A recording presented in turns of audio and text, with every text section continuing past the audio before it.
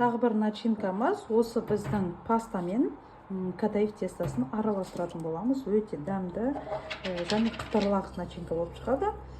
Ештеңкені придумывать етудің қажеті жоқ. Жай ғана осы паста мен дайын обжаренный кадаиф тестасын екеуін қосып жақсылап отырып араластырамыз. Бір масса болғаннан кейін плиточный шоколадтың ішіне салатын боламыз. Бірақ мен сочный болып тұрсын дегенге бірінші осы карамель начинкасын бірінші салып шығам, одан кейін осы массаны салатын боламын. Енді жақсылап отырып араластырамыз.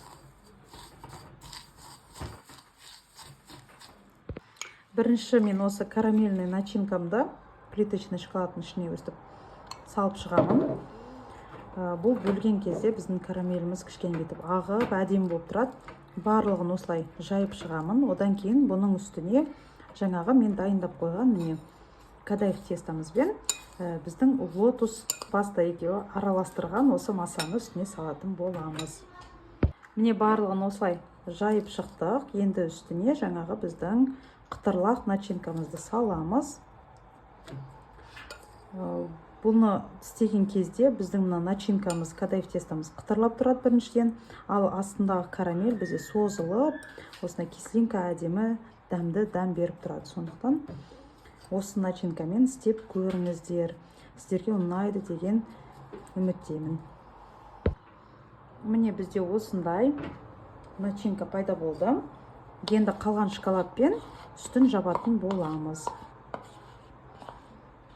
Одан кейін тоңазытқышқа 2 сағатқа толығымен қатқанша алып қоямыз. Осылай мен шоколадты бәрін жапқаннан кейін бетіне осы пленкамен жауып қойдым. Өйткені үстіне жабатын шоколадым аз болып қалды, я.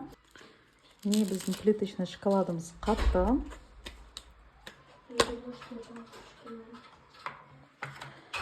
Кішкене сразу одан шықты.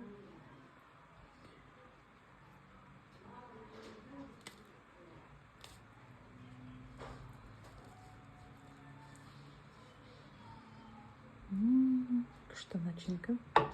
Дәмін көрейік.